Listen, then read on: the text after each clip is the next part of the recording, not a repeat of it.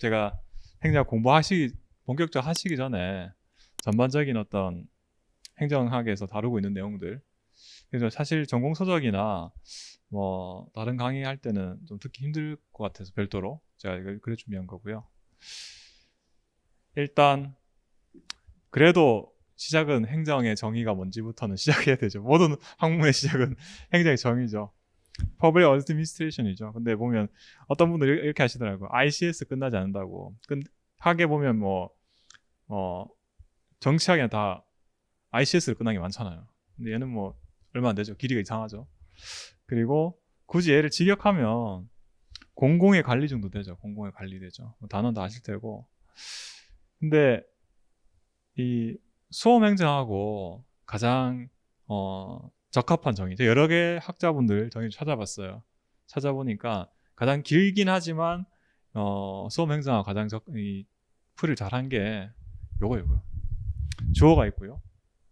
정부가 공공문제 해결을 위해서 인적 물적 자원 관리해서 국민한테 행정 서비스 제공하는 거예요. 왜 이렇게 말씀드리냐면 예를 들어 볼게요. 국토교통부가 있죠. 그리고 얘가 늘어나는 항공수를 해결하기 위해서 소속 공무원들하고 예산을 관리해서 국민한테 항공서비스 제공하는 거. 이게 딱 매칭이 되죠. 제가 다른 거 하나 볼게요. 서울특별시 같은 경우 있죠. 서울특별시도 출퇴근 시간 교통체증 해결하기 위해서 소속 공무원과 또 예산이 있어야죠. 여기 입직하시면 여기 들어가야 되잖아요. 여기. 그리고 예산 필요하고요. 시민한테 개선된 교통 서비스를 제공하겠죠. 자, 여기는 관악구죠. 동작구가 아니라. 동작구가 지금 뭐 코로나 시즌인데 감염병 확산 방지를 위해서 소속 공무원과 똑같이 예산 관리해서 주민한테 이런 서비스 제공하죠. 이런 것들. 저는 노량진 강의를 해서 주요하기 때문에 노량진 가졌는데 노량진 주민센터가 지역 주민들한테 안전한 보행을 위해서 소속 공무원과 예산을 관리해서 주민들한테 장마나 폭설을 내릴 때 인도 정비 서비스를 제공하는 거. 자, 이게 행정정에 딱 맞아요. 근데 왜 이걸 썼냐면 얘가 이렇게 돼 있거든. 우리가 행정학, 수험행정학 업계에서 업계 표준이에요. 이게 업계 표준. 그래서 총론에선 정부에 대한 정부랑 외적인 거 관계, 정부랑 민간, 그 다음에 정부가 민자 투자도 받고 또 뭐 민원행정, 정부가 추구할 가치, 또 행정하고 정치, 행정학 경영 관계, 외부적인 것과 주로 얘기를 해요. 총론에 이거 말 그대로 잡다한 거 다 넣어놨어요. 총론에는. 그리고 공공문제 해결이란 방법은 정책에서 알아요. 인적 물적 자원은 뭐죠? 인적 자원은 사람, 인사이고요. 물적 자원 어디 있죠? 재무지, 돈이지 뭐 결국은. 그리고 행정관리 부분에서 이게 사실 크게 언급된 부분은 아니고요. 그리고 정부와 관련해서도 이렇게 주제가 다 이어져 있어요. 사실 대학 교수님들 이렇게 그 총론 부분을 행정 뭐 환경이라고 많이 나오죠. 그래서 뭐 이렇게 하죠. 환경에서 여기서 행정이라는 녀석에 투입을 하면 뭐 산출이 나온다. 뭐 이렇게 교재를 집필하시면 많아요. 주로 일단 교재를 보시면. 근데 우리가 사실은 여행은 수험행정에서 많이는 안 나와요. 총론 정도 나오고 결국 여기 내부적인 거는 많이 다뤄요. 그래서 정책이나 그래서 조직 그리고 인사 이런 거 다 나왔잖아요. 재무 이거 주 키워드잖아요. 강론에서 여기가 많죠. 총론은 몇 문제 안 나와요. 그리고 얘를 스몰 사이즈로 줄이면 어디 가죠? 지방자치가 있죠. 지방자치 파트에는 물론 지방행정에도 다 있어요. 다 있는데 그 중요시하는 관점은 달라요. 예를 들어서 국가에서 재무는 이제 뭐 행정학 관련해서 재무에 어디 관심 있냐면 예산안 편성에 관심 많아요. 돈을 어디 쓰는지 관심 많고 지방자치에서 재무는 어디 관심 많냐면 지방행정이 예산이 부족하잖아요. 부족한 재원을 어디에 어떻게 마련할 거에 관심이 많아요. 관심 영역이 달라. 인사도 마찬가지입니다. 다 들어있어. 있긴 한데 이게 포커싱 되는 데가 달라요. 아마 행정학 처음 한번 들어보시면 이해하실 거고. 그래서 이렇게 나눠졌어요. 제 책도 이렇게 됐지만 수험서 보시면 이렇게 됐을 거. 근데 전공 서적 보시면 이렇게 안 돼 있어요. 다 안 나눠져 있어요. 자, 그래서 제가 정부 의미를 본격적으로 좀 말씀을 드리기 전에 요거부터요.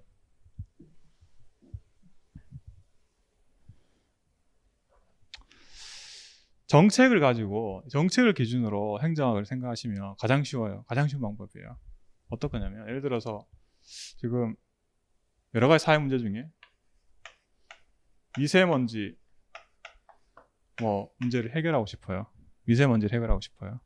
그러려면 어떤 절차를 걸치냐면 현재 상태가 어떤지,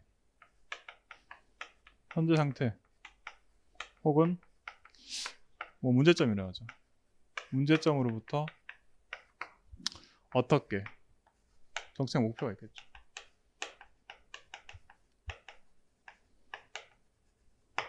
그래서 예를 들어 행정학 점수 현재 50점이다. 목표는 90점이다. 어떻게 갈 건지. 이게 정책 대안의 탐색이라고. 수험생으로 예를 들면 이렇게 했죠. 강의를 들을 건지, 독학을 할 건지, 아니면 기출문제 풀이를 할 건지. 어쨌든 이거 검토하잖아요.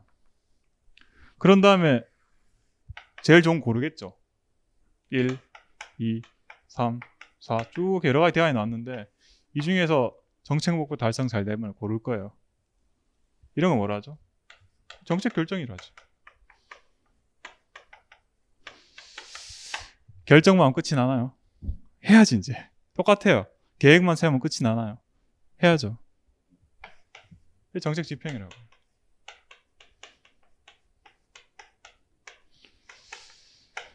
그 다음에 정책 집행을 해본 다음에 잘 됐는지 안 됐는지 확인해야 되죠. 확인해 봐야 되잖아요. 정책 평가죠. 그런 다음에 잘 됐으면 평가해서 잘 됐으면 더 하고, 잘 안 됐으면 개선하고, 정말 별로면 폐지하고, 이렇게 돼요. 그리고 제가 이 미세먼지를 골랐지만 여러 가지 사회 문제가 많잖아요. 그 다 해결할 수 있는 정부가 사람도 모자라고요, 돈도 없어요. 충분치 않아요. 결국 고르는 관계가 필요해요. 고르는 게 필요해요. 이거를 뭐라 하냐면 정책의 설정이라고요.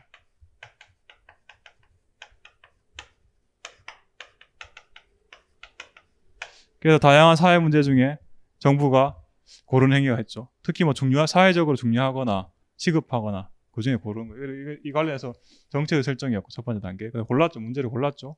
미세먼지 심각하니까 얘를 해결하겠다. 골랐어요. 미세먼지 현재 상태 확인해보죠. 예를 들어서 0.01%라. 근데 목표는 0.001%. 달성하려면 차량 이부제를 할까? 아니면 미세먼지 저감장 설치를 의무화할까? 대안이 있을 거고요. 그 다음에서 골라야 되겠죠. 고르는 과정이 필요하죠. 정책 결정이에요. 고른 다음에 집행하죠. 정책 집행이고, 집행할 때도 간단하지 않죠. 여러분 행정 강의 들으시면 알겠지만 집행이 단순히 집행이 잘 안 돼. 하다 보면 다양한 이해관계자 나와서 태클을 걸죠. 비토 포인트를 행사하죠. 그런 다음에 평가도 해봐야 되는 거예요. 이게 정책 파트에서 논리적으로 이렇게 흘러가는 거예요. 사회 문제, 제가 왜 이걸 완전 강조하냐면 저는 공조제 근무를 했잖아요. 실제 이렇게 검토를 해요. 예를 들어서 시장님이 이번에 우리 집 미세먼지 심각한데 이거 어떻게 할지 검토 좀 해야. 그럼 의사 설정은 당연히 시장했죠. 그럼 현재 보고를 이렇게 할 거예요. 시장님 현재 미세먼지 이 정도고요. 현재. 그 다음에 목표는 이 정도 잡아야 깨끗하다. 목표 이 정도 잡아야 됩니다. 근데 목표 달성하려면 이러이러한 방법이 있습니다. 근데 이 중에서 가장 효과적인 방법은 얘다. 그러니까 이거 해야 됩니다. 그럼 오케이 서명하겠죠. 그래 이 정책 하자. 하고 나면 이제 직접 해야 되죠. 하다 보니까 시민들이 반대도 할 수도 있고요.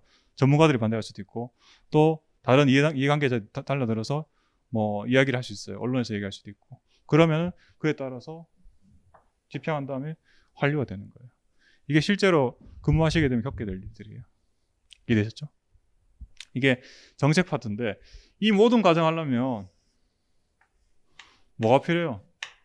사람이 있어야지 일단. 채용할 인사가 있어. 얘가 있어야 돼요. 사람이 있어야 되잖아요. 인적 자원이 있어야 되잖아요. 그러면 어떻게 이 인적 자원은 어떤 걸 다루냐면 책을 보시면 잘 기억나실 거예요. 어떻게 채용할 것인지. 채용 방법에 대한 얘기가 먼저 나오잖아요. 그래서 예전날처럼 역관제로 할 건지 아니면 실적주의, 여러분 지금 시험 보시더라고요. 실적주의죠. 시험 봐서 들어갈 건지 아니면 정당 따라다니 역관제처럼 정당 따라다녀서 정권 창출에 기여했던 사람을 채용할 건지 그 얘기 나오죠. 그리고 인사 운영은 채용하고 난 다음에 운영 어떻게 할 것인지 계급제로 할 건지 아니면 직위분류제로 할 건지 그렇게 나와요. 지금 다 이어드리는 거지. 잘 연역해 보세요. 그리 돼 있어. 자, 그래서 인사 그 두 개 채용까지 끝나면 또 우리나라 같은 경우에 고위공무원단 제도 도입하고 있죠. 그래서 고위직에 대해서 어떻게 관리할 건지 그 얘기 나오고요. 그리고 교육도 해야 되죠. 공무원들 교육도 시켜야 되잖아요. 그 교육 훈련 방법에 대한 얘기 나오고요. 그 다음에 근무하시면 이렇게 어떻게 돼요? 1년에 2번씩 뭐예요? 근무 성적 평가 받아야 돼요. 그거 가지고 내가 승진하고 성과금 받는 그 영향을 받죠. 그래서 근무 성적 평가는 어떻게 하는지 이론적인 측면 그리고 우리나라 현재 제도는 어떻게 되어 있는지 그래도 공무원 관련해서 또 징계도 검토하잖아요. 너 잘못해서 징계에 대해서 구제수단 뭐죠? 법대 출신 아시죠? 소청 받아야지. 소청 무조건 전심 절차예요. 소청 갔다가 그래도 안 되면 행정소송 가는 거고. 자, 그런 게 나오고 또 이제 공무원 부패 그리고 공무원 의무 이런들이 인사에서 다 다루고 있어요. 인사 파트에서. 자, 이게 사람 다루는 일이고 조직에서는 못 배우는지 아세요? 조직에서는 이 카테고리가 왜 배우는지 이해 못하시면 힘들어져. 스트레스 받으실 거예요. 스트레스. 조직은 뭐냐면 이런 거예요. 조직하고 인사가 조금 헷갈릴 수가 있는데 좀 지우고요. 조직은 목표가 단순해요. 직관적으로 드리면 일시키기다. 일시키는 법. 이상하죠? 제가 아마 조직이 이런 말 안 나올 건데 이런 거예요. 내용물 어떤 거 들었냐면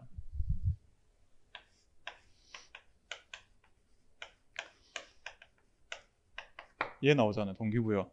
동기부여 왜 나오죠? 왜 나오나요? 조직에 얘가 목표가 있을 거예요. 예를 들어 인사혁신처.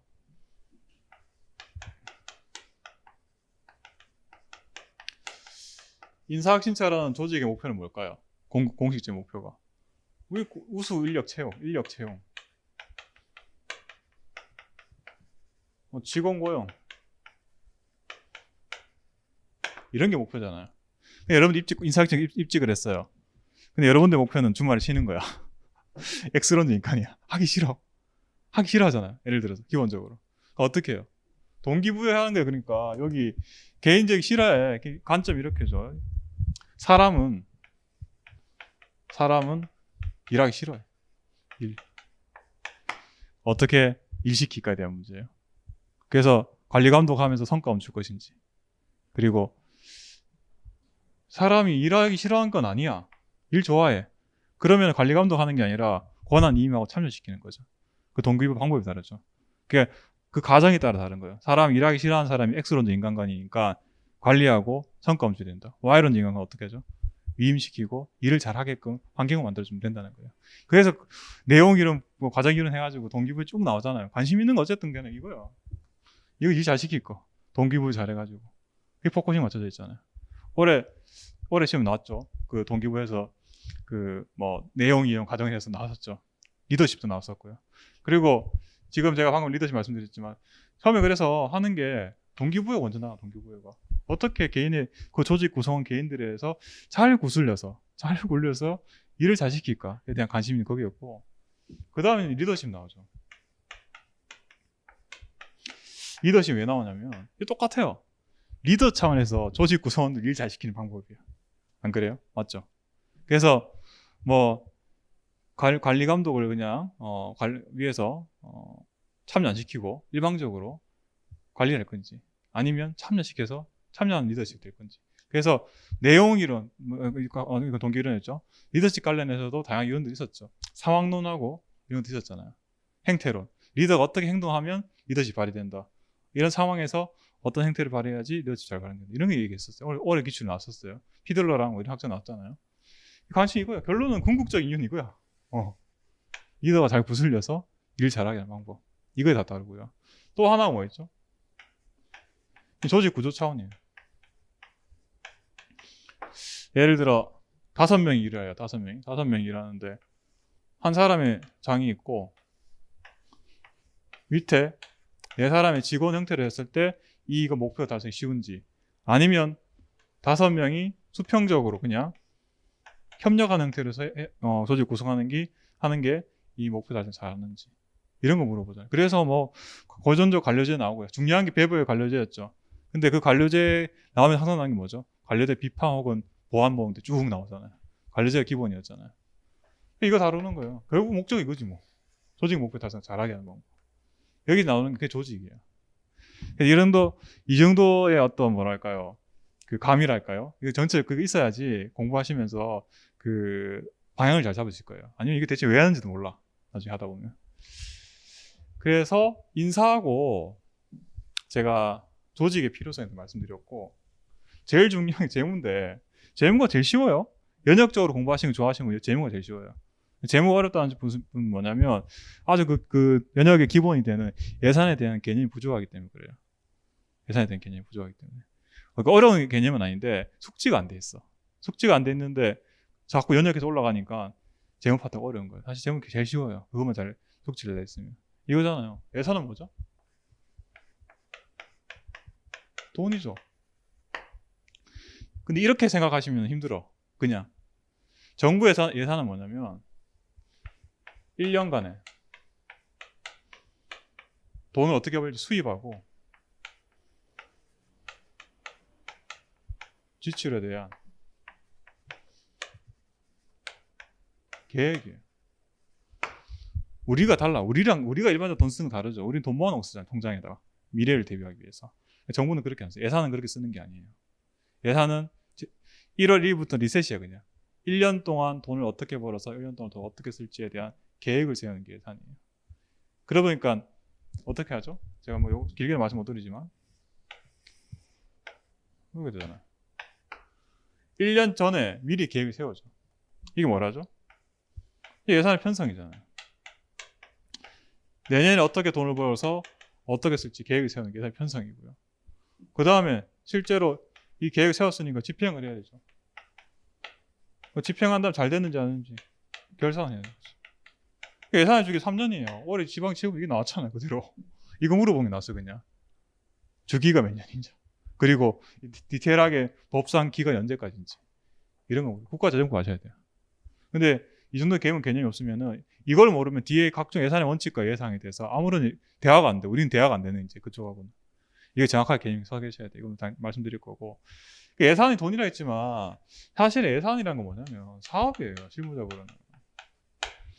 예를 들어 아까 이 파트 2의 정책에서 우리 그 관악구에 고시생들의 복지 향상을 위해서 그 체육관을 짓기로 했다고 결정할게요.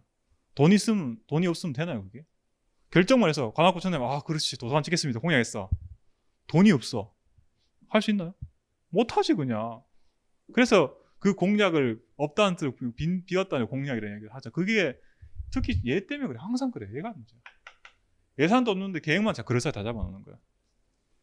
마찬가지 여러분들 아무리 뭐 그럴싸한 게 미세먼지 저감하기 위해서 시설 설치하겠다. 돈이 없는데 어떻게? 여러분들 월급 내서 사실 건 아니잖아요. 그래서 예산하고 돈하고 항상 따라다니고 그 계획이랑 사업이랑 돈을 항상 묶고 있어야 돼. 거꾸로 얘기하면 돈을 쓴다는 얘기는 그 사업 하겠다는 얘기예요. 그 사업을 하겠다는 얘기야. 그러다 보면 기재부 권한이 막강할 수밖에 없는 거예요. 아무리 국토부에서 그럴싸한 플랜을 잡았는데 기재부 너네 돈 있어 이래 보면 걔들 어떻게 할 거야? 못 하는 거지 뭐. 신공항 건설 하겠다는데 기재부에서 국비 없는 돈 없는데 안 되는 거야. 다 엎어지는 거. 그 예산에서 배우실 건데 예산은 주기만 잘 하시면 완벽하게 다 맞출 수 있어요. 이 부분은. 자 그리고 7번은 정부와 행정관료는 이거 상식 영역이야. 틀릴만한 내용이 아니고 우리가 7급 공부하실 때 올해 어렵게 나온 게 어디서 제가 나왔냐면 얘는 쉬워요. 그냥 인사는 처음에 배우면 처음에 재밌어요. 너무 쉽거든. 이거 뭐 할 것도 없어요. 그냥 재무는 면역을 못 하시면은 이제 말 그대로 난리 나는 거고요. 계속 부연 상태로 계신 거고 잘 모르는 상태로 계신 거고 조직은 이론하고 그 제가 말씀드린 동기부여하고 그 다음에 리더십하고 조직 구조가 왜 나왔는지 생각하셔야지 조금 잡으실 수 있을 거예요. 근데 여기 조금 어렵게 나올 공산이 있어요. 이번에도 꼼꼼하게 아셨던, 정확하게 이해하셨던 분도 맞추시는 문제였는데 꼼꼼하게 잘 모르셨던, 조금 뭔가 좀 불분명하게 아셨던 분도 좀 어려웠을 거고. 정책도 아까 제가 쭉 과정 말씀드렸죠. 정책을 설정하고요. 그 다음에 목표 설정, 목표 달성하기 위한 방법, 그 다음에 결정. 그 결정에서 많이 나왔죠. 결정한 방법에 대해서 합리 모형, 점증 모형 이런 거 쭉 나오잖아요. 그 다음에 집행도 잘 안 되죠. 올해 집행 어렵게 나왔어요. 집행도. 집행 중에 이거 나왔잖아요. 사바티어의 통합 모형 나오죠. 하향식, 사향식 하면서 그 얘기 나오죠. 그게 조금 어려웠거든요. 그런 문제들이 있기 때문에 이거 전체적으로 좀 그 방향을 잘 잡으셔야 돼요. 잘 잡으셔야 돼요. 이거 모르고 그냥 공부하면 행정하기 힘들어요. 그래서 모든 학문이 다 마찬가지지만 행정학도 다 체계가 있을 거 아니에요. 그렇죠? 상식적으로. 근데 이거 체계 없이 이렇게 전체 틀을 모르시고 공부하시면 어렵고, 사실 근데 제가 조금 조심스러운 거는 강의를 행정학 전혀 안 들으신 분들이 체계부터 듣기 시작하면 이게 무슨 말인지 안 잡히죠. 야, 저게 뭐 한구나. 오히려 근데 강의를 그래도 어느 정도는 들어보신 다음에 제 얘기 다시 들어보면 제가 하셨던 내용들이 쫙 정리 쫙 될 거예요. 자기 이때 공부한 게 어느 카테고리에 들어가는지. 그죠? 자, 그래서 뭐 더 길게 말씀드린 것보다 일단 오늘은 입문이니까 행정학 본격 강의할 때는 좀 다루기 좀 힘든 부분, 뭐 쉽지만 상식을 넓혀드리는 선에서, 지금 아까 법학 전문가 계시는데 감히 제가 또 헌법을 말씀드릴 거예요. 전공자는 아니지만 왜냐면 거기 들어있기 때문에, 행정학 내용 들어있기 때문에 그래요. 그래서 우리나라 상권분립이란데 이렇게 돼 있죠. 입법부랑 행정부, 사법 3개죠. 그죠? 이거 낸 적이 있어. 이렇게 정책에서 다음 중 정부 하위 정부 무용하면서 이렇게 적어버려요. 이거 하위 정부 아닌데 적어놓은 적 있어요. 기출문제 한번 있어요. 이거 상권분립, 입법부랑 행정부는 사법부 돼 있죠. 그래서 정부라고 할 때 우리나라 법상 보통 행정부를 정부라고 불러요. 헌법에도 그렇게 돼 있어. 그래서 전체 모아서 정부라 하지만 일반적으로 행정부를 정부라고 불러요. 우리나라 국가재정법 이런 거 보면 전부 다 정부라 돼 있지 행정부라 안 돼 있거든요. 그러니까 국회는 이렇게 되죠. 국회는 입법은 국회에 속하죠. 법을 만드는 국회에 속하고요. 법률은 제출할 수 있죠. 그리고 중요한 거는 행정의 중요한 여기야. 예산의 심의 확정이에요. 앞서 제가 예산 과정이 있었죠. 예산 편성할 때 행정부에서 예산안을 편성하면 국회에서 심의해서 확정하죠. 그러면 더 이상 예산안이 아니죠. 안과 아닌 거의 차이 뭐죠? 안은 확정이 안 된 거예요. 그래서 행정부에 예산안을 편성하고요. 국회에서 심의 확정하면 더 이상 예산안이 아니라 당초 예산 혹은 본예산이라고. 그때 그 이후로부터 이름이 예산으로 바뀌어요. 그거 아시죠? 안은 그래서 무슨 검토안 보고서에 가로 열고 안 적어놨거든. 그러면 아직 기관장이 최고 결정권자의 어떤 의사결정 받지 않은 상태예요. 그건 뭐 상식적으로 알고 계시고. 그러다 보니까 세종의 국회 분원을 하는 말이 많이 나오죠. 고위공무원, 세종시의 고위공무원들 항상 세종 출장 가다 많이 들어보셨죠. 자리 없고 놀러 간 게 아니야.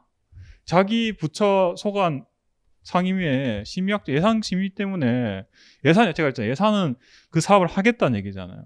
만약에 국회에서 예산이 삭감돼 버리면 그 사업 못 하는 거예요. 못 하면 줄어드는 거죠. 그렇기 때문에 이거 방어하러 가는 거예요, 이게.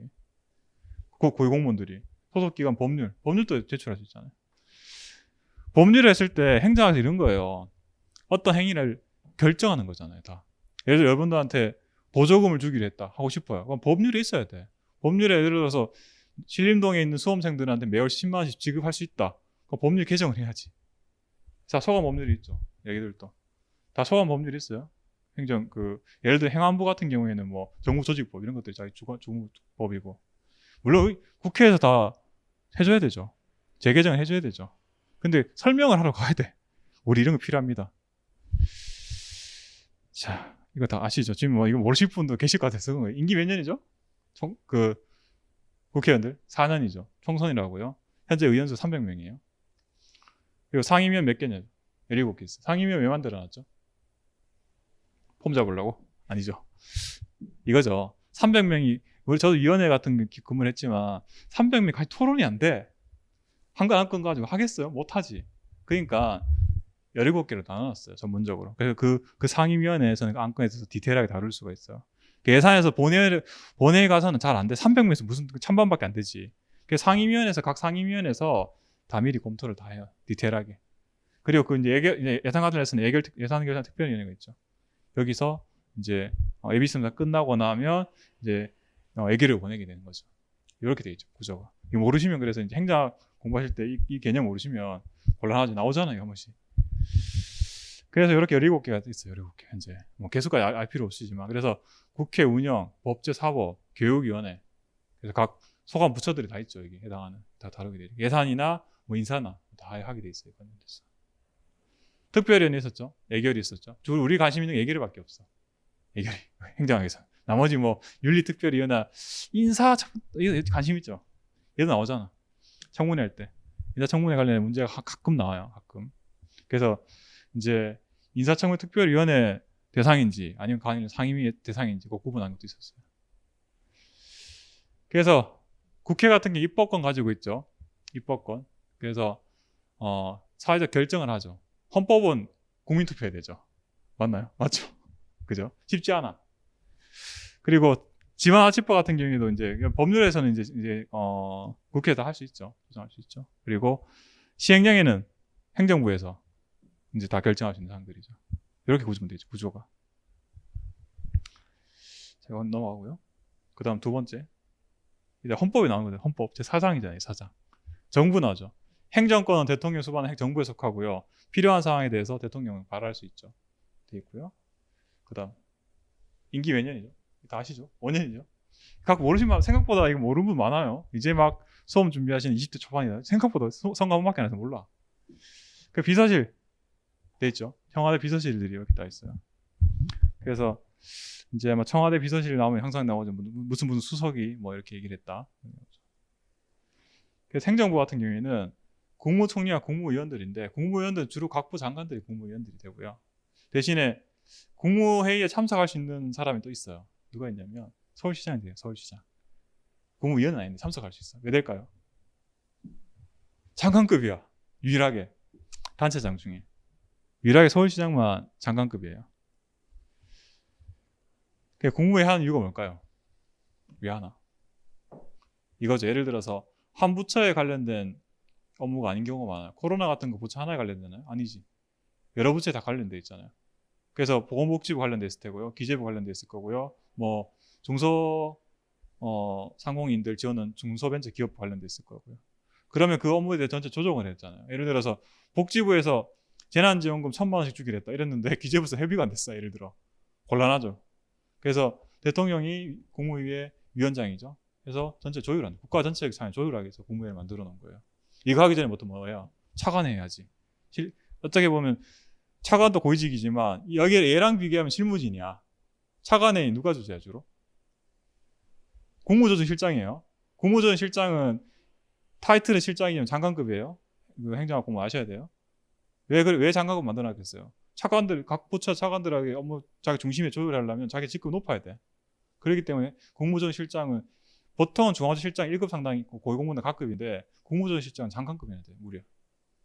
그래서 위를 실무를 조정하기 위해서 이렇게 다 만들어 두는 거예요. 자, 그리고 대통령이 의장이고 총리가 부의장이기 때문에 대통령이 항상 주재하시지 않아요. 상황에 따라서는 총리가 주재하시는 경우도 있어요. 각부가 있을 때는 총리령의 불용 발할 수 있고요. 행정각부는 뭘로 하죠? 법률로 해요. 주로 헌법기관 제외하고. 감사는 헌법기관이잖아. 감사는 이름 바꿀 수 있나요? 쉽게 못 바꾸지.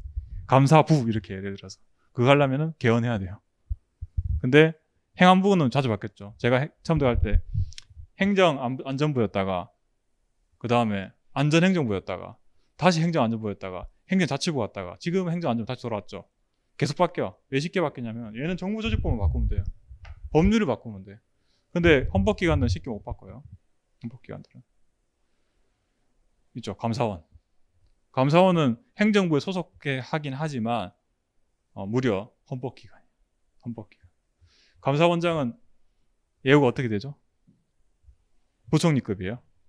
보수를 그렇게 받아요. 우리 공무원 보수규정상. 보수규정상 그렇게 돼 있고 부총리급 업무를 받게 돼 있어요. 그래서 대통령 소속을 두지만 헌법기관이다. 정부조직부 안 들어있어 얘는. 그리고 헌법기관도 아닌 것이 정부조직부 없는 게 딱 하나 있어요. 인권위가 있어요. 얘는 정부조직부 바꾼다 해결할 게 아니야. 자기 법 별도로 있어 그냥. 그때 헌법에 딱 헌법기관이라고 딱 명시된 것도 아니고 좀 약간 이상하네 얘는. 네.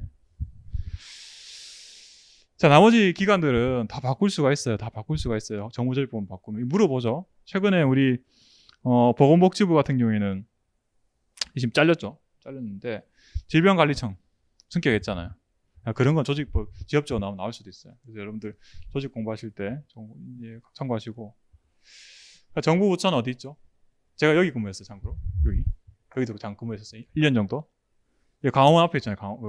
경복궁 앞에. 경복궁 앞에. 맞은편이 뭐죠? 그 KT 빌딩하고 그 미국 대사관 있어요. 저 몇 층에 근무했지? 기억도 안 나네 이제. 위원회도 여기 있거든. 지금은 다 내려갔어요. 중앙부처들은. 근데 빈 건물 누가 쓰냐? 각종 위원회들이 쓰고 있어요. 중앙부처 위원회나 통일부 다 쓰고 있을 거예요. 이게. 자, 여기 외교부라고 알려졌지만 여기 외교부 건물 아니에요. 그냥 정부청사예요. 정부 서울청사고 여기 예전에 해안부도 일부 쓰고 있었어. 그래서 부처가 특정 건물을 독차지하고 있는 개념이 아니에요.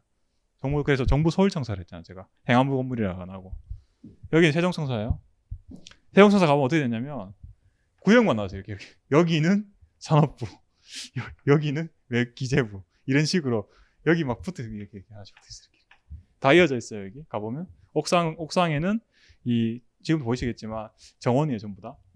그래서 여기 한 번에 걸어서 갈 수 있어요. 계속. 그래서 부처가 저도 입장하기 전에는 당연히 부처가 별도 건물이 있는 줄 알았어. 이게 아니고요. 그냥 구역만 있어. 막 섞여 있어 중간중간에 이렇게. 그래서 여러분들 서울 국가직까지 여기가 지금 아파트밖에 안 보이잖아. 혹시 정부청사 건물 플러스 아파트밖에 없어요. 가면 아무것도 없어. 아무것도 없고 아파트만 있고 공사 중이야. 아직도 공사 중이야. 제가 얼마 전에 갔었거든요. 아직도 공사 중이야. 그래서 가시면 저는 KDI 다닐 때 여기 세종 1년 있었거든요. 삭막해. 가시면 전부 갈 데가 이마트밖에 없어. 이마트에서 다 만나. 이마트에서 이러더라고. 내 동기하고 이제 그 교원 동기하고 갔는데 자기 과장님 만났다가 이러면서 이제 그리고 아파트 갔는데 옆에 막 국장님 계시고 막 이래. 별로 안 좋아. 사실은 이런 건 안 좋아. 대신에 아파트값 많이 올랐는데 왜 올랐는지 아세요? 소위 말해서 교육 그게 좋대. 다 어쨌든 자녀들이 다 공무원들 부모이기 때문에 100% 공무원들이기 때문에 대전에서 많이 온대요. 일부러. 여기 학군이 와서. 그래서 가보시면 저는 좀 삭막하다 느꼈어요. 너무 뭐랄까 이게 신림동이나 이런 데 보면 좀 뭔가 좀 지저분하잖아. 사실 뭐 이게 많이 오래돼 있고 이게 없어. 그냥 아무것도 없어. 그냥 맨 땅에 아파트는 딱 삐죽삐죽 올라와 있고 가게들도 이렇게 막 좀 정비가 안 된 게 아니라 너무 정비 잘 됐어. 그냥 아파트 상가 있고 길 있고 아파트 있고 청사 있고 여기도 있지만 국책연구원 다 있어. KDI 여기 있거든요. 서울이 또 내려갔거든요. 여기도 KDI나 각종 국책연구원들 여기 다 가 있어. 그래서 아파트 플러스 공무원밖에 없어. 조금 적응하시는 시간이 필요할 거예요. 왼쪽은 과천청사예요. 중앙공무원 교육원이 진천 내려갔죠? 진천 원래 여기 있었어요. 여기 제 교육받을 때는 여기 6개월 받았거든요. 여러분 학교하시면 진천 가야 돼. 이제 지금 막 진천 자주 나오던데 코로나 지금 어디요? 저기 어느 나라죠? 아프간인가? 거기 난민 받을 때 그거 보냈잖아. 그거 심심한 거 보내. 여러분도 교육받고 있는데 갑자기 또 난민 들어와 이렇게. 그럴 수 있어. 진천에 아무것도 없대요. 아무것도 없대. 제가 교육받을 때 치육공채분들도 교육받아 가시 오셨거든요. 그 보면 이제 모나미 색깔로 까만색 정장에 흰색 블라우스만 입고 남자들도 그렇게 다 우르르 돌아다녀. 가셔야 돼. 학교 가시면 보통 일이 아니야. 네. 아마 교육원 아마 기숙사도 모자랄 거야. 모자라실 거예요. 가면 내 시골에 왔네. 근데 청사 가시더라도 시골이야. 그건 아시죠? 특행 기간 많은 데 가시면 전국 뺑뺑이 도실 수 있어요. 특행 기간. 예를 들어서 내가 세무직 간다. 그럼 국세청 뭐 세무서 여기 세종본청 갈 수도 있지만 지방이 많죠. 통영 가고 제 동기 처음에 통영 가더라. 통영. 이제 통영까지 한 방에 가더라. 돈 안 줘요. 돈도 안 줘. 주거비 안 줘. 그냥 가야 돼. 그냥 가야 돼. 저는 울산에 있었거든요. 울산에. 저는 이제 울산에서 주위 근무했으니까 나 2명 동생들이었는데 한 명은 이제 동울산 이제 제 울산에 왔더라고. 아무것도 할 게 없대. 와가지고 자기 그냥 뚝 떨어져 왔어 이렇게. 그러다가 다시 세종 가더니 도저히 적응 못하고 인사혁신처 가더라고. 저희 인사혁신처는 세종에 있어요. 그죠? 기재부도 세종에서만 근무하실 거예요. 근데 문체부도 주로 있을 거예요. 근데 고용노동부 같은 데 가면 뺑뺑이 돌아요. 각 다 있잖아요. 여기 가면 고용 그 상대센터 다 있잖아요. 거기 특힌 게 많잖아요. 그럼 전국 뺑뺑이 돌 거고, 우정사업본부 전국 뺑뺑이 돌고요. 당연히. 그 다음에 또 뭐 있을까요? 네, 그런 기관도 있어. 몇 개 있어. 거기는 가시면 잘 생각하셔야 돼요. 잘못하면 나는, 네, 말씀하세요. 네, 녹화되고 있어요. 네, 네, 그래 말씀하셔도 돼요. 네, 말씀하세요.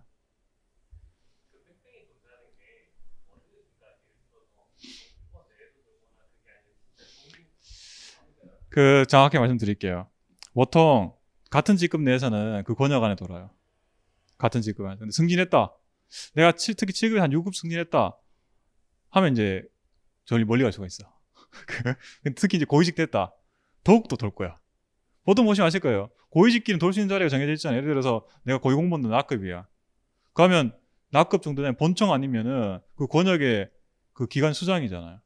그러면 경기도 갔다가 뭐 저기 경남 갔다가 가죠. 이제 올라갈수록 확률이 높아지지. 특히 승진할 때 많이 돌아요.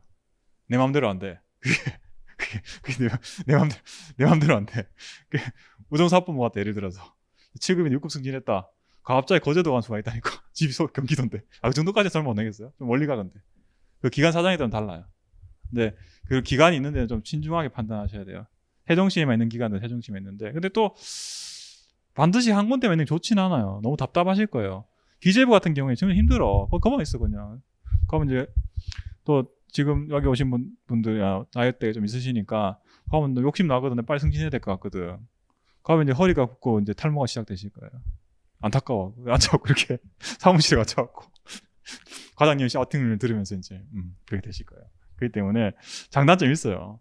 그리고 용머리냐 뱀꼴이냐 뱀머리냐 용꼴이냐 선택의 문제도 있거든요. 지방직 가면 사실은 제가 아까 말씀드렸는데 지방 7급이면 지금도 가셔도 무조건 사무관 이상 무조건 올라가. 근데 같은 사무관이라도 중앙 본청 사무관은 이렇게 되고 있어. 힘들어. 밖에 명함은 모르겠어. 근데 모양 보여줄 일이 별로 없어. 저도 원래 행안부 있을 때는 주변에서는 제가 행안부 서울청 됐을 때는 제 가족이나 제 지인들이 저를 되게 자랑스럽게 생각했어. 내 아는 뭐 동생이 가족이 정부 서울청사에서 담당 사무관 근무한다. 근데 저는 제일 힘들었어요. 실무자니까. 내 명함 자랑하러 갈 때도 없어. 시간도 없어. 그 오피스에서 이렇게 눈 뜨면 그 지하철에 껴가지고 나는 왜 살까? 근데 제가 지방자치단체 근무할 때는 바로 팀장이었거든요. 팀장 내 직원이 몇 명인데. 구청 가면 무조건 구청 안 보내주지. 물론 안 보내주긴 한데 그 주변에 한 20명씩 데리고 있어. 그게 그 우아함이 다르지. 우아함이 되게 부러웠었어요. 소방에 있던 동기들이 점점 부러웠어 처음에. 너는 네가 직접 기한 안 하지? 응, 나 안 하지 당연히. 직원들이 다 하지. 옆에 6급 고참 분들이 나이 25, 30년 한 분들이 저를 다 케어해 주시니까. 그러니까 여러분 7급 공채 들어가시잖아요. 그러면은 구청 내려가면 6급 승진하면 바로 계장이거든. 계장은 자기 밑에 직원들이 있는데 뭐. 근데 중앙부시 6급 뭐야? 완전히 그냥 열심히 구르셔야죠. 열심히 굴러야지. 떼굴떼굴. 장단점이 있다니까. 그게 잘 모르시니까 이제 아까 문체부 내가 얼굴 비웃었어. 내가 문체부 시험 나오시면 온다길래. 문체부 가보셨어요 혹시? 난 가봤는데. 저기 출장하고 갔었어. 닭장처럼 완전 닭장이야 거기. 와가와가에 앉아가지고 과장 자리인데도 그 광역단체 팀장 자리보다 더 안 좋더라고. 과가 한 과가 이렇게 한 공간에 따로 되는 게 아니라 여러 과가 그냥 무슨 돛대 시장처럼 쫙 펼쳐져 있어. 이렇게. 국장쯤 돼 유리방에 들어갈 수 있어. 유리방에 다 보여 밖에서. 아시겠죠? 그러니까 그 드라마 혹시 보시는 그 정보선 가보면 되라. 그냥 그 가서 방문 혹시 친구분 계시면 방문해봐고 어떤지. 밖에서만 그렇지 안에 들어가면 힘들고 쉽진 않아요. 그러니까 장단점이 있어요. 명함값은 당연히 있죠. 기재부 다닌대라는데. 참고로 말씀드리면 기재부가 예전에 재경직 친구들이 많이 갔지만 제일 많이 나오려고 해요. 그리고 기재부는 가기가 쉬워. 어차피 거기는 불나방처럼 달라든 애들이만 가기 때문에 가시면 고생하기 때문에 알기 때문에 요즘은 많이 안 가려고 해요. 그래도 뭐 그 처음에 의욕이 있잖아. 기재부 가서 이제 어떻게 해보겠다. 그러면 이제 한 2년 3년 근무하면 이건 아니다. 많이 나와요 실제로. 기재부는 내가 다른 부처 가서 옮기기 쉬운 부처 중 하나예요. 오히려 어려운 데가 문체부 같은 데 어려워요. 지금 이제 사람들이 다 이제 정보를 알고 있기 때문에 그걸로 많이 가시려고 하죠. 좋은 거 알거든. 근데 생각보다 문체부도 힘들어요. 지금 제 저랑 이제 고시반에 같이 공부했던 형이 문체부 결국 들어갔는데 문체부 갈라간 게 아니라 면탈해가지고 안타깝게 다가면 아주 후보자 성적으로 갔기 때문에 결국 문체부 하셨는데 아유 힘들어요. 지금 육아휴직 중이야. 남자인데 육아휴직 중이야. 힘들어가지고 이게 그래서 제가 엄청 비웃었잖아요. 뒤에서 아까 문체부 옮긴다고 할 때 뭣도 모르죠 한 얘기다. 일단은 제일 중요한 거는 입직을 빨리 하세요. 솔직하게 말씀드리면 9급이라도 빨리 입직하기 나아 차라리 2, 3년, 4년 더 해서 취급하는 게 저는 그렇게 메리트 없다 생각을 해요. 혹시 내가 이제 7급 좀 해보고 7급은 조금 갈랑한데 9급 바로 될 수 있으면 9급이 나을 수도 있어요. 그래서 지방직 가면 금방 올라가거든 또. 자 그리고 근무하시는데 청사 입직 안 하시는 경우도 있어요. 지금 저기 인사혁신처가 그렇지. 인사혁신처에 제 자주 만난 형이 거기 근무하거든요. 세종시 놀러 가면 여기 민간 빌딩 위에 임대해 있어 임대. 그 직원 한 200명밖에 안 될 거야 인사혁신처 거기. 그런 데서 임대한 데도 건물에 근무를 하실 확률도 있어요. 대신 인사혁신처는 가시면 이동할 일은 없을 거예요. 그것 좀 사실은 또 엘리트 조직이고 굉장히.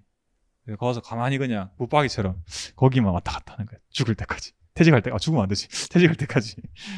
그거. 그래서 지금 승진 좀 느려요. 인사혁신처 참고로. 그거는 뭐 제가 거기 물어보니까 다 아직 승진 못했어. 그거는. 지금 10년 차인데 아직 못했어. 사무관들. 저기 이제 행안부는 이제 했고요. 좀 빨리 한 데는 벌써 했고. 서울시는 좀 느려요. 지방은 좀 빨라요. 다른 지방들은. 베이비부모가 좀 폭발하는 데는 빨라요. 자, 기타 법원 이래 됐죠? 사법권은 법관의 구성 법원에 속해 돼 있죠. 이거 이렇게 나온 적 있어요. 이거 상식적인데 지방자치 관련해가지고 뭐 우리나라 사법권 인정 안 되고 있잖아요. 지방자치단체. 그래서 지방에 법원이 있다고 해서 그 지방자치단체 소속의 법원이 아니잖아요. 그죠? 중앙행정기관이죠. 이렇게 낸 적이 있어요. 기타 헌법재판소는 사법부 그건 아니다 하더라고요. 현재 헌법기관이라고 그래요. 제가 찾아보니까 얘가 있고요. 선관위가 따로 있죠. 그리고 또 하나 있죠. 이거는 국가인권위는 별도로 했죠. 제가. 얘 제가 이거 소개했냐면 나중에 인사 파트너 가보면 얘네들 헌법기관들은 중앙인사관장기관으로 인사혁신처가 관장하는 기관들이 아니에요. 얘들은 별도로 채용하잖아요. 채용도 시험도 그렇잖아요. 법원직 따로 있죠. 국회직 따로 있고 선관위 따로 있잖아. 그냥 하는 게 아니라 헌법기관이기 때문에 인사가 완전히 독립돼 있어. 인사혁신처 통합관리를 안 하고 범위가 좀 다르긴 한데 기본적으로는 얘네들이 다 각자해. 그리고 소총도 얘가 다 각자였어. 인사혁신처가 아니라 얘네 지들끼리 알아요. 그래서 관련 기출문제 얘기 나온 적이 있죠. 다음 중 중앙인사관장기관이 아닌 것은 해서 행안부 딱 들어왔죠. 행안부는 지금 이제 더 이상 아니죠. 인사혁신처가 중앙행정기관에 대해서는 다 중앙인사관장기관의 역할을 하고 있고 얘네들은 독단적인 것들이에요. 얘네들은 다 가질 수 있죠. 얘네들이. 자 그리고 지방자치단체, 지방자치에서는 여기 바로 있죠. 지방자치는 지방에서 스스로 다스리는 표현이 이미 단어에 들어있죠. 다 들어있죠. 그래서 우리나라 광역이 몇 개 있죠? 17개. 17개 시도래, 17개 시도. 그리고 기초는 226개. 이렇게 있죠. 지방자치는 현재 우리나라 헌법에 117조, 118조의 헌법에 있어요. 관련해갖고. 근데 지방정부로 안 돼 있고 지방자치 단체로 돼 있어요. 헌법에. 그래서 저번에 문재인 정부 때 개헌 한번 하려고 했죠. 기억나시나요? 혹시 아시면 계신지 모르겠는데 개헌할 때 지방정부로 바꾸려고 했어. 그리고 법률로 정한대요. 아예. 지방자치법에 돼 있죠. 이게. 그러다 보니까 좀 지방의 자치단체 종류를 왜 지방정부를 안 하고 또 종류도 왜 법률로 정하냐. 자치권이 확보돼야 되는데 그래서 헌법에 정해야 된다는 얘기가 끊임없이 나오고 있어요. 근데 여러분들 공부하실 때는 바뀌지 않을 것 같아요. 잘 바뀌어라 이거. 자, 그래서 이렇게 되었고 이렇게 돼 있죠. 그래서 중앙정부랑 광역지방자치단체, 기초지방자치 여기 돼 있어요. 세종이랑 세주는 다르죠. 해정 밑에 선거하는 게 있나? 선거 안 하잖아요. 제주특별자치도는 그 밑에 제주시랑 서귀포시가 있어요. 근데 거기는 선거 안 하죠. 행정시라고 하죠. 맞죠? 자. 그리고 시장이랑 지방의회 선거를 각자 하죠. 근데 지방선거는 동시에 하잖아요. 혹시 기억나시나요? 지방선거 잘 안 하잖아, 근데 우리. 근데 해보면 뭐가 투표용지 엄청나게 많아. 한뭉텅이에 이렇게. 왜냐? 단체장, 광역, 기초, 그리고 광역의회 의원, 지방의회 의원, 비례대표.